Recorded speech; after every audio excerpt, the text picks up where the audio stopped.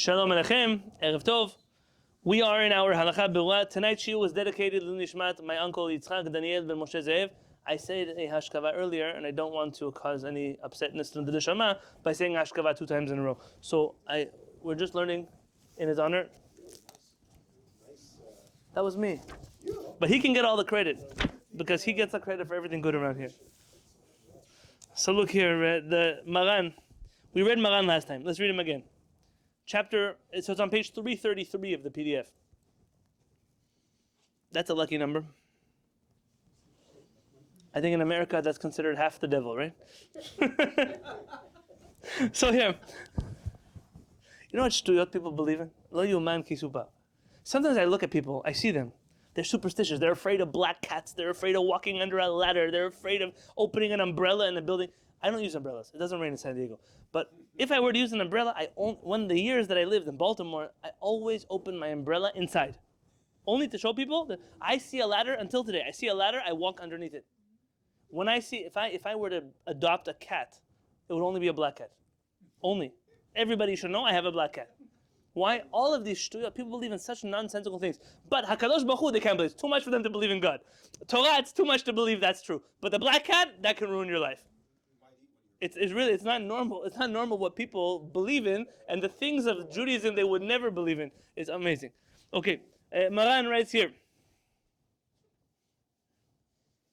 I once saw some Christian lady fighting with there was a food festival, and they had this Monster energy drink, and she was screaming at them that Monster, the logo is 666. It's the horns of the devil. Okay, but I know the other crazy stuff she believes, so of course she believes this too. It's not a big deal. But the person who doesn't believe in anything except for black cats, something is missing here. It's okay. Says Maran, Kshior Mishnato. Now in your book it says Kshineor Mishnato. 2 different versions. Yomar Elohai Neshamah. You should say the blessing of Elohai Neshamah.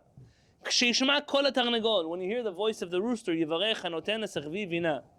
He who gives the rooster wisdom. I translated all these last time.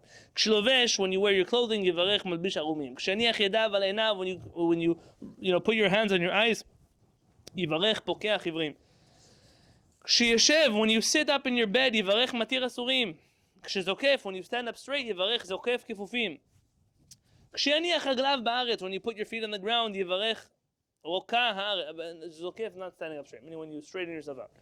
Ksheniach raglav ba'aretz, when you put your feet on the ground, Yivarech, you should say the blessing, Roka ha'aretz an hamayim. Kshenoel min alav, when you put on your shoes, Yivarech she'asali kol tzorki. Ksheolech, when you walk, Yivarech hamechin mitzadi gaver. Kshechoger chaguro, when you put on your belt, Yivarech ozer Yisrael b'gvura. Says Arama, o lovesh havnet hamafsik leben ha'erva. You wear your gartel. Kshemesim kova o mitznefet berosho, when you put on your hat or your scarf on your head, Yivarech oter Yisrael b'tivara. Kshitol yadav, when you wash your hands, Yivarech al netilat yadayim. Kshirchatz panav, when you wash your face, Yivarech ha'ma'avir shena me'enai. And then you continue v'hi ratzon v'chulei ad baruch ata Hashem gomel chazim tovim l'amo Yisrael. En la'anot amen achar ha'ma'avir shena me'enai. Don't answer amen after that last blessing. Ad sheyachtom ha'gomel chazim tovim l'amo Yisrael shakol beracha echati. Because all of that is one blessing. Yes? Now let's look what it says here in the halakha berurah at the bottom. So this is a brand new. Crack it open. The first time we're reading from this. Seder Birkot HaShachar. I'm in the middle of the page. And I promise you I will read slowly in case anybody needs to write down translations. Tiknu Chachamim. Our rabbis instituted Levarech Birkot HaShachar b'chol yom. To recite the blessings in the morning, every single day. Shehen Berachot al Sidur Ha'olam v'Hanagato. They are blessings over the way the world works, the nature of the world. Because it is forbidden to enjoy from this world without reciting a blessing first. Those of you in my Giur class on Sundays, you've learned this already with me, that you have to recite blessings before you eat and drink, and for that reason. It's forbidden to enjoy something in this world without blessing over it. The same thing is true when you hear the rooster. The same thing is true when you open your eyes. The same is true when you stand up, when you wear your clothing. Everything warrants a beracha. We don't think about those things that way. But all of those things that you do require beracha. And everybody who enjoys, anyone who enjoys from this world without reciting a blessing first, is as if he was ma'al. What is ma'al? Ma'al. Stole. Explain. It's like. Yeah. Do you know in particular what we're thinking of? It's a misappropriating temple property. Very good. That's the exact definition. Now, unfortunately, you might know way too many rabbis that do this too. But I'm telling you the same thing. Here, it's misappropriating property of the Beit HaMikdash. You decided. I'm not deciding here. I'm donating this. I'm not. Okay. Somebody is donating this to the Beit HaMikdash. But you know what? I'm going to the Beit HaMikdash on Thursday. Until then, I'm going to eat my cereal with it. Hey, you can't use this anymore. It's not yours anymore. This money is going to tzedakah. But for now, I'll invest it in something. You're not allowed to do anything with this money. It's not yours anymore. It's kind of like the muktzeh of things. So if you enjoy from the world, hekdesh, yeah, ma'al is a misappropriation of something. You're using something that you don't have permission to use. It's not yours until you rightfully own it. I had a rabbi in yeah, you have an apple. It's not your apple until you thank Kadosh Baruch Hu for it. You go to somebody's house. I'm talking about legally, it's your apple after you bless it. After you make a blessing on it. HaKadosh Baruch Hu lets you have it. Until that point in time, HaKadosh Baruch Hu is not letting you have it. Look, you go to someone's house. They make you, oh look, my wife made me a glass of tea. I have to do two things right now. One is a Jew, and one is a human being. I have to recite a Berachot on the glass of tea. I also have to say thank you to my wife. I have to say thank you to my wife. Yes? Which do I say first? Min hadin, according to halakha, who should you thank first, God or your wife? I know some of you think your wife, but HaKadosh Baruch Hu. You thank HaKadosh Baruch Hu first. And what's the problem though? Maybe your wife will get offended. You think HaKadosh Baruch Hu? You know who made the water? I boiled the water, I made the tea, I put that sugar, and you think HaKadosh Baruch Hu, I didn't do anything. If you're married to a mirshat, you're married to an evil woman, that's how she thinks. You're married to somebody who's HaShamayim. She's righteous, like my wife is. So she's not even expecting me to say anything until I say thank you to HaKadosh Baruch Hu. And then you can say thank you. The same thing, the Kehillat says you go to somebody's house. You eat the food. If you know the host is going to get very upset that you don't thank him for the food before you eat, say thank you to him and then to HaKadosh Baruch Hu. HaKadosh Baruch Hu understands. But if you have a God-fearing host, they should really understand that you say thank you to HaKadosh Baruch Hu first, and then you say thank you to them for being the ones who brought you this food from HaKadosh Baruch Hu. Little things that matter. Bet, Birkat Elohai Neshamah. The blessing of Elohai Neshamah Shnatat Bi Torah, which we say in the morning. Ena potachat bevaruch. Does not begin with the word Baruch. Most blessings begin with Baruch, unless they're stuck to another blessing before. That's called the Baracha ha-semucha lechaverta. Yes? Blessings need to start with the formula Baruch Atah Hashem. That's how they work. Uvechatimata eino maskir malchut. And at the end of the blessing, you don't say malchut. So Berachot have a few elements. One of the elements is Shem. What is the Shem? The name of Hashem. Yeah. Baruch Atah Ado. Right. That's the name of HaKadosh Baruch Hu. Yes. Ze'ev pulled the Kabbalistic word on us. Havaya. Havaya is the same like Yud Kei Vav Kei, just other way around. So you could say it that way. Yes. Shem Hashem. Shem Havaya. Same thing.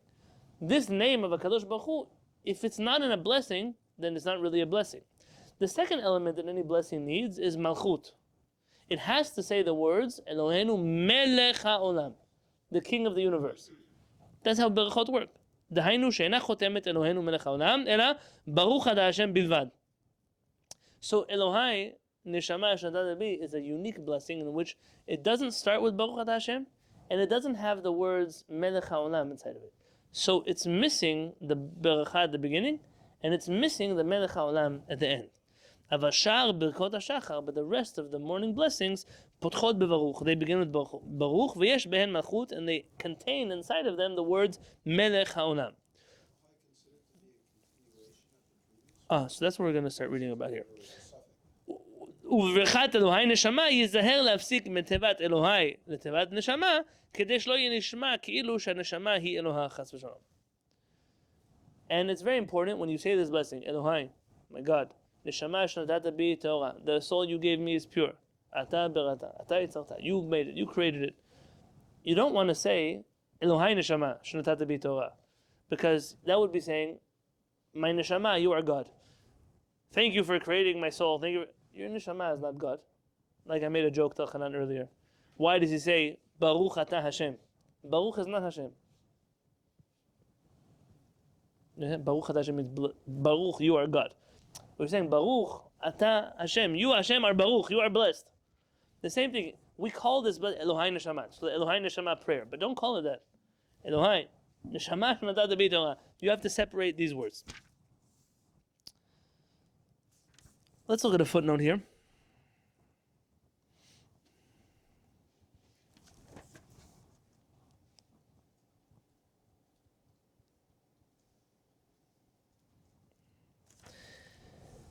In the bottom left, it says Birur Halakha, Siman Dal, Mem Vav Aleph. You see the big Aleph there? Yes.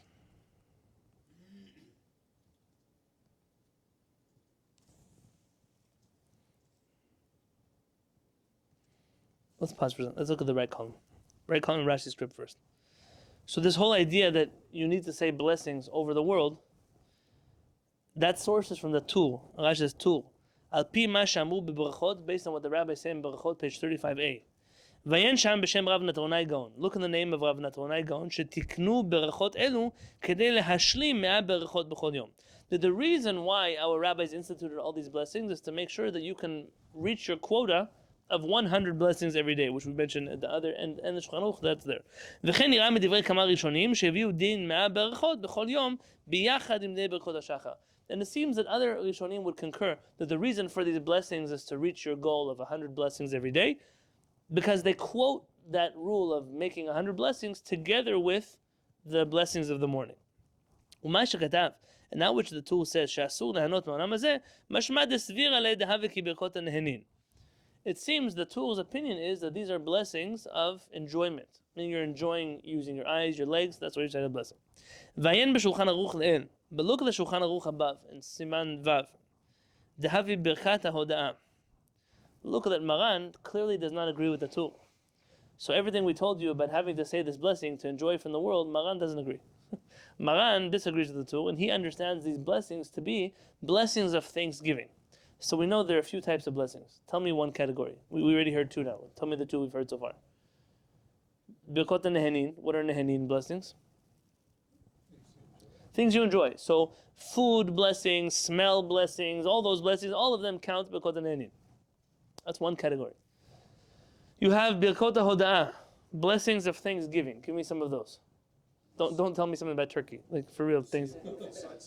Okay.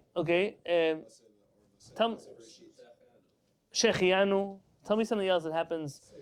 Safe travels in the Berachot. Something else. Okay, so those are Berachot of. Think one more. You go to the bathroom. Asher Yatzar. Yeah, all of those. Hagomel. All of those blessings are Birkot HaHoda'ah. And then you have the last category, Birkot HaMitzvah. Right? Those blessings of mitzvah. Give me an example. Lulav. It's interesting. That's a blessing of a mitzvah on a Thanksgiving. Matzah, tefillin, washing hands, Nerot Shabbat is a rabbinic version of that. Yes. Okay, all of those. No, motzi is from the enjoyment blessings. Yeah. It's on Friday night. But you could do it on Tuesday afternoon too. Yes, so that. Not halakhically. No. And so what do you see here? Those are three different categories of blessings, and those blessing categories have different rules. So for example, by Birkot HaMitzvah, how can you say Asher Yatzar after you go to the bathroom? It doesn't say that before you do a mitzvah you have to say a beracha. How do you do it afterwards? Answer my question. No, because it's a mitzvah Hodan. It's not a mitzvah blessing, it's a hoda'ah blessing. The thanksgiving by its nature you do once you experience something. Yes? The hoda'ah, the mitzvah blessing, you wash your hands for bread, you light Shabbat candles, you take leavened robe, you put on tefillin, you wear your talit. All of those things require a mitzvah before a bracha, before you do them. Yes? So you see here there's a fundamental difference between the tool and Maran, and he had an explanation in his book Halakha Bura there. Well, according to the tool, אף בברכות ההודעה שייך איסור ליהנות מעולם הזה בברכה. According to the two, it doesn't really make a difference because even if it's Maran is correct that it's a hoda'ah blessing, you still can't enjoy from this world without a blessing. ואין בחידושי הרמב"ן שנראה שסובר דלא הבו ברכת הנהנין, אלא ברכות השבח. These are not blessings of enjoyment, rather blessings of praise. ומשום הכי אין בהם דין עובר לעשייתן. And because of that, you don't have to say them before you do them. ולהלן נבהר בסדר שמיה, דין עובר לעצמנו ברכות השחר. And we're going to discuss all of this, the order of saying the blessings. Is it too late to say these blessings once you come to the Beit HaKnesset? Because that directly has to do what type of blessing is it. Did you miss your opportunity or did you not? And we're going to see that. We're going to see that a little bit later. Right.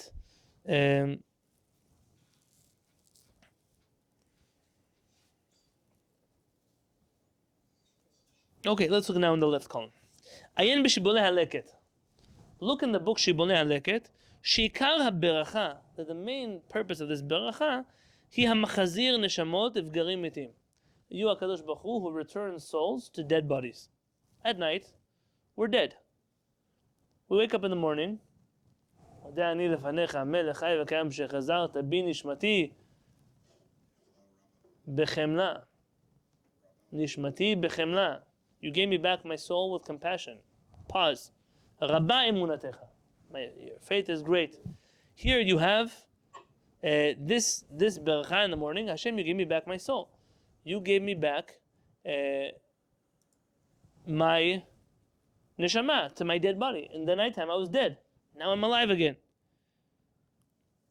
ולפי שצריך אדם לברך ברכה זו כשנאור משנתו מיד תכף כשמתעורר. Then because a person has to recite this blessing immediately when they wake up in the morning, העריכו, I'm on page 334 in the right column, העריכו בה כדי שיהיה מתעורר יפה. Our Chachamim intentionally extended this blessing so you would wake up nicely. ויוכל לכוון ליבו בברכה. And that way, by the time you reach the Berachot, you'll already be awake. Understand what Shibbolei haleket is telling you?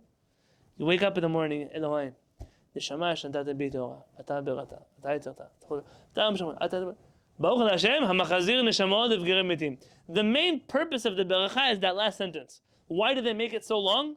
They made it so long so you would have time to wake up and say that Berachot with kavanah.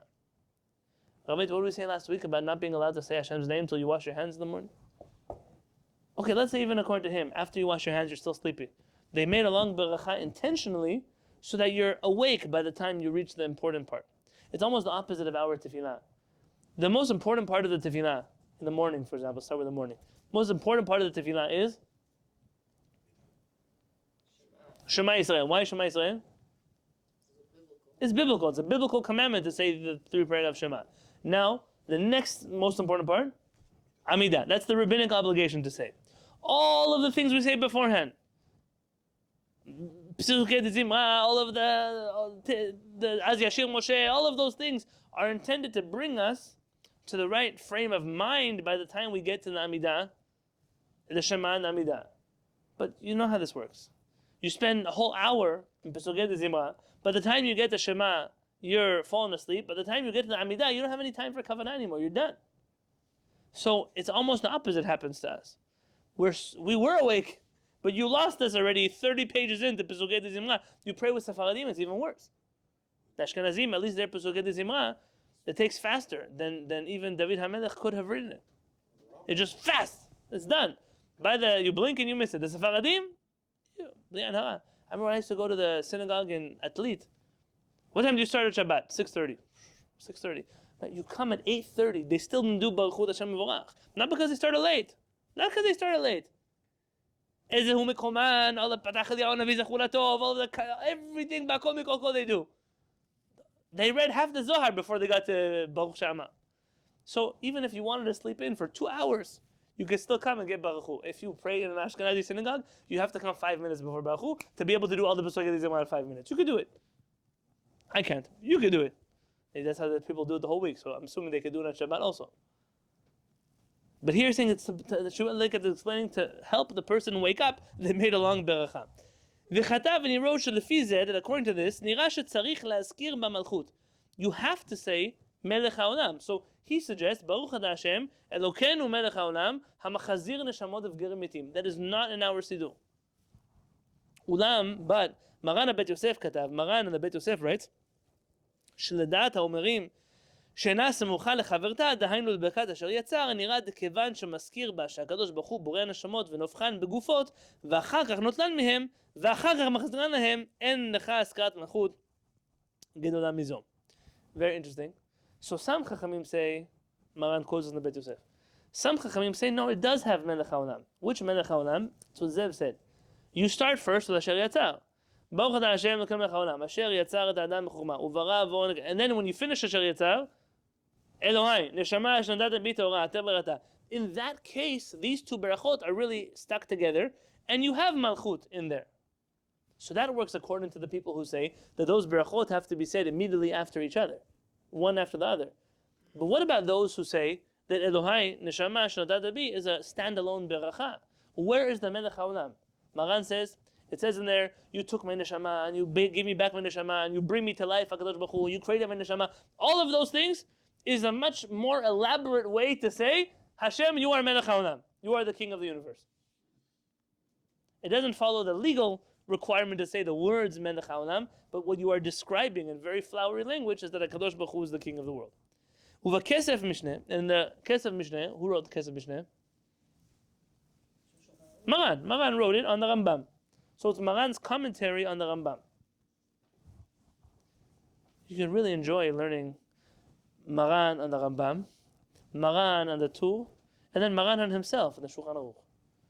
Maran Echut HaMeshulash, it's the threefold string, doesn't get ripped so easily. Maran writes, כתב על פי דברי התוספות, based on תוספות, דכיוון דאמר בתחילת הברכה אלוהי חשיב כמו מלכות. Tosafot suggests that because you start Elohai, my God, that counts for malchut, for saying melech haolam.